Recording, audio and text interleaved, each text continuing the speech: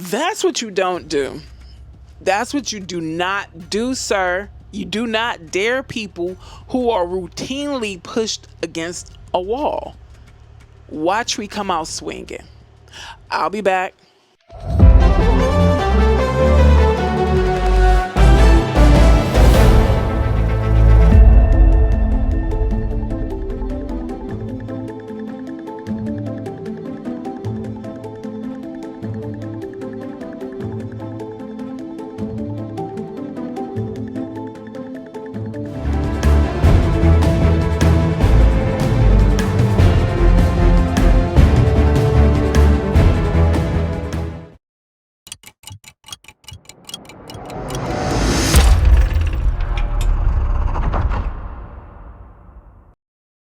Hey folks, let's just jump into this. I want to make this short, sweet, and simple. Okay?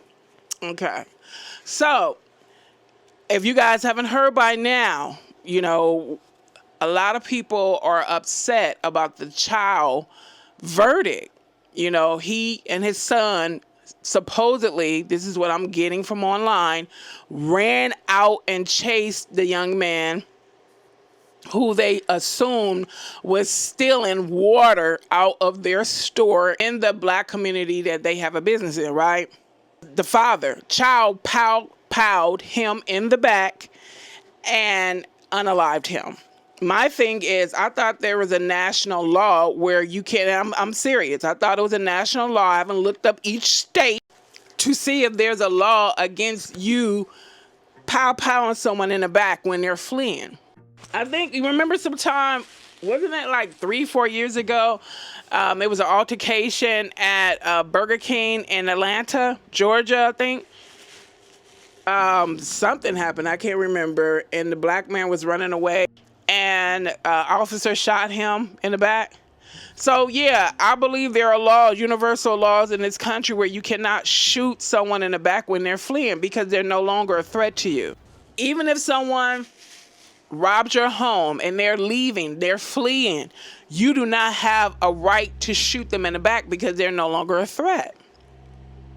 So anyway, people are upset about this. Some guy told me in my comments that he's not Black American. At this point, it's about principle. It's about issues we've had with Asians in our community treating us like dog feces. Latasha Harlins, I was there. I wasn't there when she was unalive, but I was a part of the protest. And there are other cases around the country of Asians doing this to the people who come and spend their money in their businesses in our community. So it's just like the principle, and it's accumulation of things, and it's just like it boiled over. Like, we're done. You guys come in our communities, get rich, you don't help our people, you don't hire them because you accuse them of being thieves, but yet your ass have a business in our community. So we must not be thieves for you to keep putting businesses in our community, because that doesn't make sense. That's insane. And I was looking at a Tim Black video, and he said that the majority of Asians who come here have to be established already. It's the rich, well-off Asians. It's not just random Asians. They don't allow random Asians in this country. So they already have to come here established. Okay, but back to what I was saying. People are upset with the Chow verdict, and then so they're saying we're boycotting. And like I said in the short I did, I'm a little bothered that it took this long, because these people have been treating us dirty, vile, and foul in our community far too long. And we've consistently made them rich. How many generations of wealth they've stored up off of our dollars? It's been circulating through the social media that we're boycotting. And then so you had this haughty, arrogant Asian came online sounding like he had a whole East Coast accent. Like, I don't hear any hint of your Asian dialogue, whatever. I don't know if he's Korean, Chinese, okay, I wasn't even gonna say that, but I don't know what his ethnicity is, but he's Asian. So I'm checking out how he sound. I'm checking out how he look. I'm like, oh, so you gonna come and check us sounding like you from the East Coast. You don't make no sense. So let me play this video of what this arrogant person said, who is going to learn a very valuable lesson. You do not dare people who have been challenged in any way you can imagine in this country, and we still come out thriving. Check this out. I love when the black community says, let's boycott Asian businesses. Please do. We'll get rid of the Chinese takeout, the dry cleaners, the laundromats. Let's get rid of the liquor stores as well. Get rid of the Jordans you guys wear, the Nikes you wear, the shower caps, the Hondas, the Hyundais, all your car electricians, the electronics in your house, the Sony, the TV system, your sound system, the microphones that you guys use to rap and speak about awareness for the black culture and the hip hop culture. What do you think that's made in? That's made all in Asia. And here's another thing for you guys. You guys want us to leave the neighborhood so bad? Oh, Asian people are not neighborhoods? We're in white neighborhoods. We have our own Chinatown. We have our own Koreatown. You think we really need you guys to benefit off and make money? A lot of us do go to college as well. You're being outworked by immigrants who barely speak English. And you're not embarrassed? Go to the bank, start your own businesses, and deal with your own people. I want to see your own women get on their hands and knees and do pedicures and manicures and deal with nasty-ass attitudes, okay? Please, boycott Asian business. I'm all for it. All those things he listed, some of our people own the patent for. We have been creating and inventing for a long time. Some of these things you use daily, you don't even know a black American created them. So this guy is so arrogant and think we need him. You know the reason why he created a video? Because he's bothered. He's bothered. Because if he wasn't bothered and he thought it was just all BS, oh, these black, you know what they say in private, ain't gonna do nothing. No, he did the video because he's bothered. He's scared. Now watch he come online asking for mercy and forgiveness and nope, don't do it. Don't even come out with a video. Just take it. So he's just adding insult to injury. You know, we're already not feeling you guys. If you looked at Spike Lee movies, like in the past, like the movies he did in the 80s and the 90s, he routinely pointed out the disparities, how immigrants come into our community, they're allowed to get loans and open businesses in our community while it's the opposite for us. And then they come out and they want to be degrading and demeaning. Well, why don't you have it? Because there is such thing as systemic racism. They don't have a problem giving you loans and helping you establish businesses in our community because it's not us. And then it's another way to keep the division. We know there's division and we know who's behind it. We know who the true culprits are. Someone came into my comments and saying, wait a minute, you're going after the wrong group. It's the white racists, it's the racists. Well, no, we're not going after the wrong groups. These immigrants know the game. They know they're being used against us. They hear how we're talked about in their circles among the races and them. They talk freely against us amongst each other. So they know it's a game plan. They know it's unfair, but they benefit from it until it's turned against them. And then that's when they want to start crying about unity. But prior to them being shown how they really feel about them, how racists really feel about them, they cool. They go along with the program. Oh, you want us to be anti-black? And you said, what? You gonna give me this bank loan? Okay, cool. It's all fine and dandy until they turn on them. So I want you guys to check out this other clip of Dante. Dante on TikTok. He made an excellent point, folks. Excellent. I know he done pissed off FBAs by coming after FBAs, but he's been he's been trying to make up for it ever since. But just listen to the message, folks. Just listen to the message, and I'll be back. You got people who have businesses in our neighborhoods that hate us. Hey, how about this? And here's a concept. You know, if you really want to be like white people hate black people so much at certain points in history, they don't even want your fucking money. How about trying that? How about you go take your business to a white neighborhood? Minorities are constantly seeking white validation. And you're used as pawns to justify anti-blackness, yet you see it as progress. What you don't understand is that there is no agenda to destroy your progress, your wealth, and the things you build, because the things that you build are not a threat nor in defiance of white supremacy. It actually supports it. Because when we burn down black people's towns and their businesses, when we disenfranchise them, when we flood their neighborhood with drugs, and then we ask them, why can't you pull yourself up by your bootstraps? I can point to these Asians and these Hispanics and say, they did it, why can't you? What they can't say is that they have a history of white people burning their businesses and towns to the ground. But we can. And we can spend the rest of the show listing it. There's never been any bombs dropped in America. There has been. Twice. And where were they dropped? One in a black town, Tulsa, Oklahoma. Two, black town, Philadelphia, Pennsylvania. Burnt down a whole block of single-family homes, and they said, let the fire burn. Disenfranchise and displace black working-class families because they didn't like the rhetoric of the people who followed John Africa. They didn't like that these people understood they lived in a city, so they started breaking up the pavement to plant fresh fruits and vegetables. They didn't have traditional jobs. They knew the law, and they wore their hair as it grew out of their head. Granted, flaws. No flaw that justifies dropping a bomb on a home and not only affecting that home, but the homes that surround it and are connected to it. So displacing tens of black families, scaring even more, but bombing a building where you know women and children are inside. But it's the path of least resistance. There will be no flack for anti-blackness and harm against black people because that is the norm in America. That is the acceptable practice. When you're frustrated, take it out on black people. And he ain't never lied. When you're frustrated or when you want to move ahead in this country, take it out on black folks. I saw a video, the thumbnail of the video where Vivek, the guy, the Indian billionaire who is trying to get under white folks or the acceptance of white folks. Basically, in the thumbnail, they were saying that he said something derogatory about black women. It's like your coward ass allowed these racists to chase you off social media. And then you think the way to come back is to go after black folks. Black America, we need to stop. We need to stop these bastards in their track. You're not going to use us to get close to racists. And then they already showed you how they feel about you. Let's go on.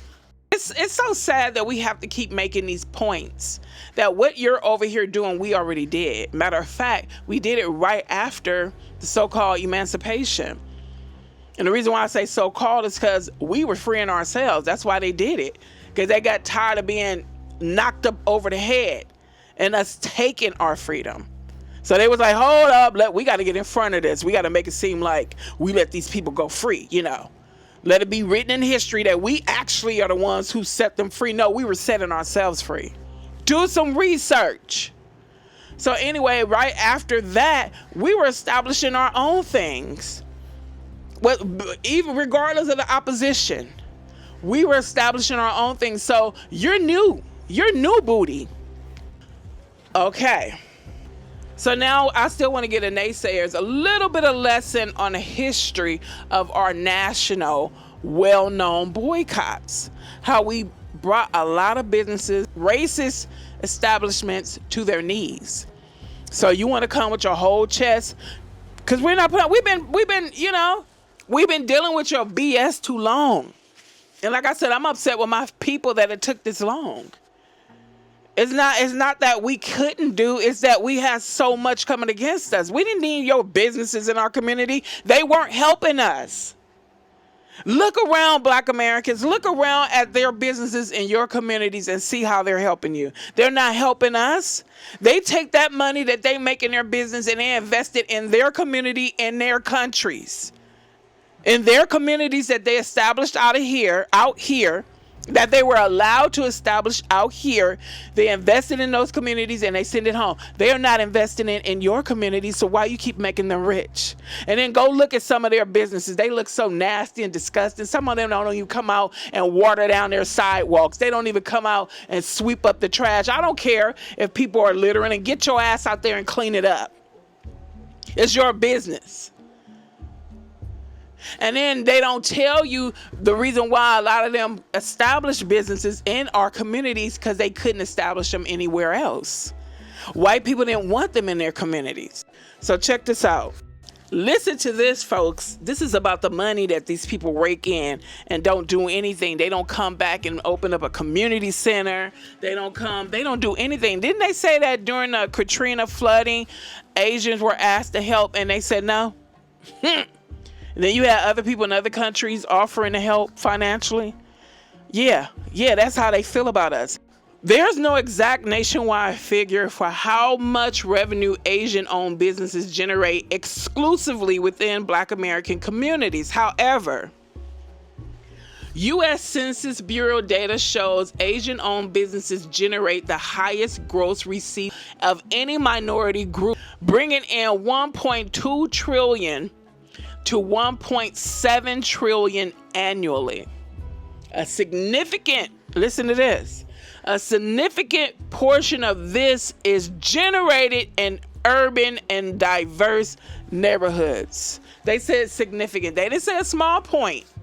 They didn't say a small amount of that 1.7 trillion annually comes from our community. They said a significant. You know what significant mean? That means a lot, a large amount. Asians have been opening businesses in Black communities in the U.S. since Chinese-owned stores sold groceries to newly emancipated Black Americans in the South during Reconstruction. Good morning, Mr. Lee. Good morning to you. See, folks, we have a long history with Asians. We don't have that kind of history with Hispanics. So just like we're saying demand that Democrats pay you what they owe, because Black Americans are actually the group who made the Democratic Party, meaning we gave them the power and strength they have today, so they owe you. They owe you reparations. And so we made these Asian businesses in our community what they are today. We help contribute to the trillions they make annually. They owe us. You tell me one Asian business our family who has businesses in our country, in our community around this country, how they have contributed to the betterment of our communities. I'll wait. Tell me how they have contributed to the betterment of our community. Did they establish scholarships? Did they help other Black Americans open up businesses in the community? What did they do with all the money they make out of our community? How have they given back? What have you required them to give back? You ain't required them to do a damn thing. That's why they keep disrespecting you. You want to stay in our community? You're going to have to put together a fund. A scholarship fund, a community fund, build a community resource. Our Black children need to have somewhere to go after school on a weekend so they don't be running up and down the street idle-minded. And you know what happens when you're idle-minded. You ain't gonna be just being in our community. Either you're gonna pack and get your ass out and go to these colonizer communities who you love, or you're going to contribute. It's a dynamic that has often pitted the two groups against each other and at worst erupted into violence and tragedy. But the dynamic didn't just come about. It has been manufactured for over a century with policies, laws, and conditioning. Understanding what caused this tension might be the first step to undoing it. At this point, I don't even think I want to undo it. Why? Some might say, oh, you sounding divisive. No, I'm not sounding divisive. I've said in several videos, I never want to be joined up or link up with anyone who is desperate. You cannot trust people who are desperate. And right now, a lot of immigrants are desperate because of the state of this country, being deported. Why would I trust you? You would have showed me that I could trust you before this, and you guys kept patting your ass in our face. So what you expect? Asian immigrants' experiences once they arrive in the U.S. are as diverse as reasons they left, but almost all are forced into the country's complex racial dynamics.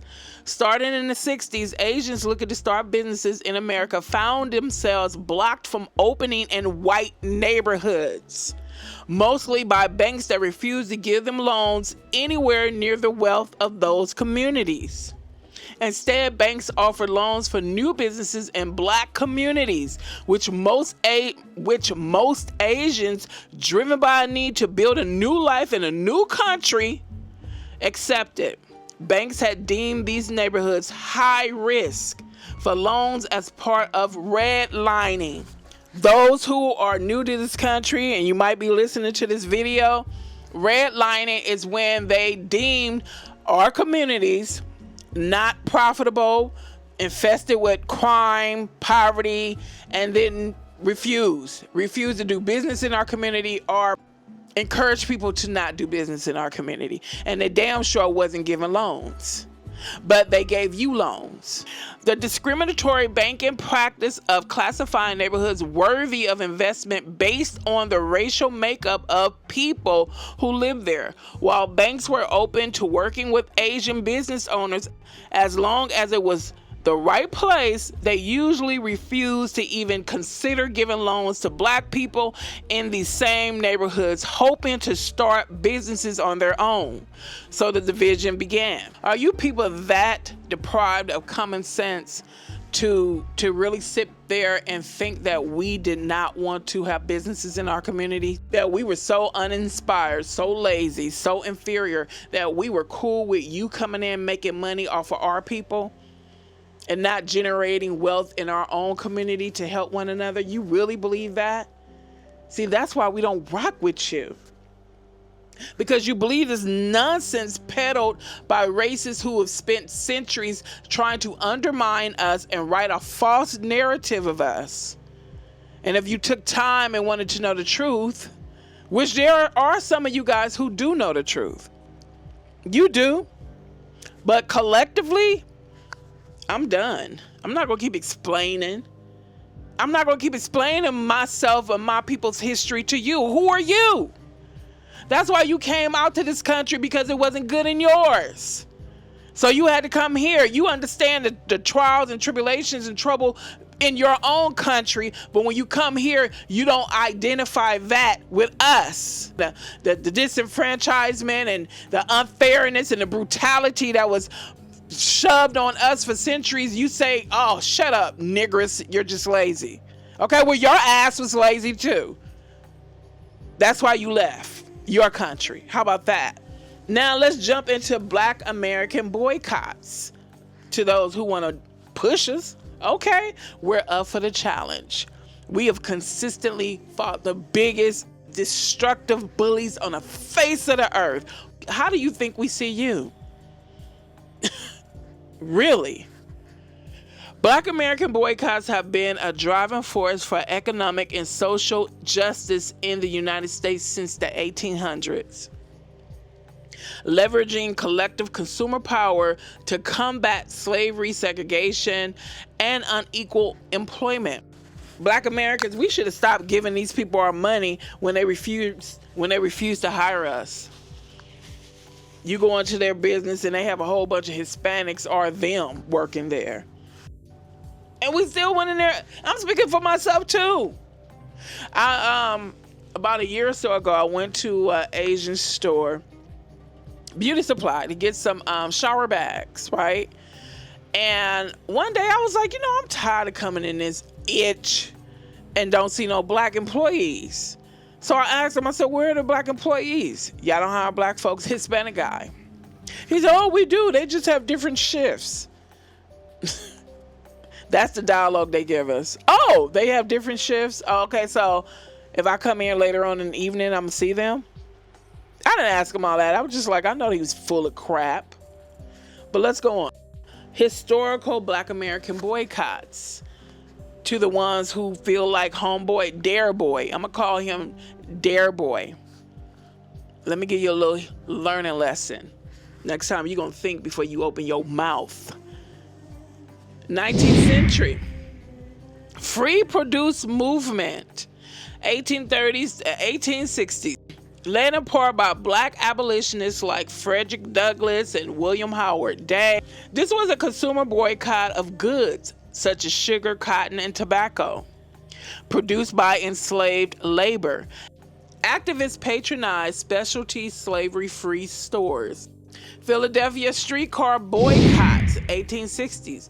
Black citizens, including activist Octavius Catio, led early organized resistance to force the desegregation of privately owned Philadelphia trolley cars. Let's jump down to the mid-20th century. See, we are pros at this. We are pros. Let's go on. Baton Rouge bus boycott, 1905. Black residents successfully organized an 8-day boycott of the city's segregated streetcar system using alternative ride sharing and black-owned taxis. We don't need your car services. We don't. We don't need your Chinese restaurants. We don't need your cleaners. We don't need none of that. Okay, let's go on. Don't buy where you can't work campaigns, 1929 to 1930s. Originating in Chicago and spearheaded by leaders like Adam Clayton Powell Jr. in Harlem, black activists boycotted white-owned businesses operating in black neighborhoods that refused to hire black employees. This resulted in thousands of new jobs during the Great Depression. That's what I'm saying, black folks. Why do we keep spending our money at these businesses who refuse to treat us with respect and dignity and hire us? And I don't want to hear that crap about, oh, you guys don't know how to act. Well, if we don't know how to act, if we act so uncouth, why your ass have a business in our community? You liar. You learn well by these white racists how to lie. Montgomery bus boycott, 1955. Sparked by the arrest of Rosa Parks. This 13-month protest successfully brought Montgomery's segregated public transit to its knees economically. The resulting Supreme Court ruling, Browder versus Gale, declared bus segregation unconstitutional. Yeah, we need to continue to bring these businesses to their knees. And I don't want to hear nothing about, but you're going to put a lot of businesses out of business. Well, you should have thought about that before you thought you was going to open a business in our community and treat us less than you would treat a 3-legged blind dog. Let's continue.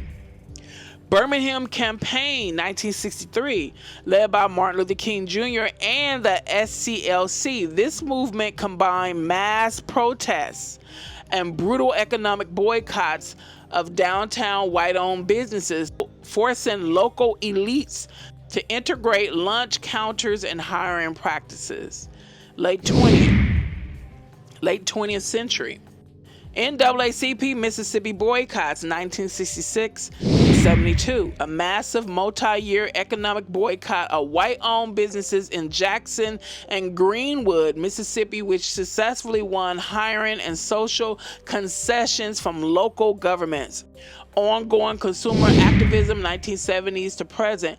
Modern economic campaigns targeting discriminatory corporations, focusing on equitable hiring, diversity, and social justices. Black people was like, what happened in NAACP? Why you ain't call for us to boycott Asian businesses? So now Asians, I don't care, Black Americans, they come online talking about they about to go bankrupt. You better just keep it moving. Just think about all the dollars they sucked up out of our communities, built their communities up, sent that money back to their countries, and told you to shove it. We ain't giving you a dollar. And did not invest back into our communities, did not do anything to try to even help our children, but then talk down on our children. Let our children work in your store and be apprentices. Train them. Teach them how to open up to become entrepreneurs. You guys could have done a lot to work with our communities and you didn't. So now you suffer the consequences. And we're not just talking about the Asians. We're talking about the Indians. We're talking about the Arabs. We're talking about Hispanics. We're talking about all of y'all. All of y'all can get it. And it's long overdue. And then let me remind you guys about Target. Target is multi-billion, probably beyond that, nationally, internationally recognized corporation. Now we're doing you Asians, and we're including all of you guys. And we stay on the necks of these races. I'm tired of hearing you, well, what about you doing this to us? Or what about the white man? What about them? We stay putting them on blast. We stay exposing their racist practices. We stay coming online exposing them when we hear something in the news or we see videos of what they've done to our people. We stay keeping our people abreast to what they're doing and stop patronizing their business. We stay doing that. You're the ones who hide it. When they come treat you guys foul and wrong, you hide it. You don't put those videos up because you're ashamed, because you're embarrassed, because you know they used you, misused you, and then they treat you like crap too. Show us how they actually treat these illegals that they hire to do their jobs, that they hire to work for them. Show us. You're not going to do it because you're prideful people. And you're ashamed and embarrassed at how they treat your people who come here illegally. All you gotta do is look at my videos. I stay talking about them, and I'm not the only platform that talks about them and exposes them. You immigrants are the ones to hide it. Just like what's going on in Jamaica. I saw a video, I didn't look at it, but they said now Jamaicans have no access to their beaches in their country. But you stay your ass over here talking crazy. But where the videos, Jamaicans? Put some videos up online letting us see these people not letting you have access to your beaches in your country. You're not going to do it because you're too prideful. But you stay in our business. Stay your ass about our business and get access to them beaches. Until you get access to those beaches in your country, you don't say nothing about us. Hispanics too. You let them go out to your country and treat y'all like dog feces too. Catering to them. You can't even afford to stay in the hotels that they build in your country. All you could do is work, cook, clean. That's it. That's all I have for you guys today. I want to be part of the people that's putting this arrogant Asian guy on blast who thought he was coming out doing something. I guess when he put that video up, he was like, I told them. Yeah, you did. You told us. You told us that you want to feel how it feels to have your pocketbook, your bank account drained. Okay, folks, that's all I have for you guys. I'm about to be out. Thank you for liking, commenting, sharing, subscribing, hyping, and I will see you guys in the next video.